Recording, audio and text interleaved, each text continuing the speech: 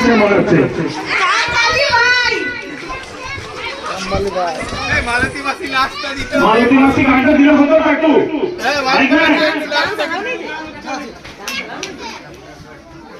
যা খুশি করতে পারে তো, যেমন খুশি থাকবে। 4 দিনের মধ্যে 4 দিন কাজ করবো, ঠিক আছে?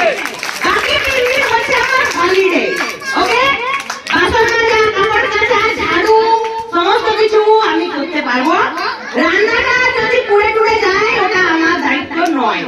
আমার মাসে লাগবে 2.5 থেকে 3,000 টাকা, ডিপেন্ড করছে আমি কেমন বাড়িতে যাচ্ছি সেরকম।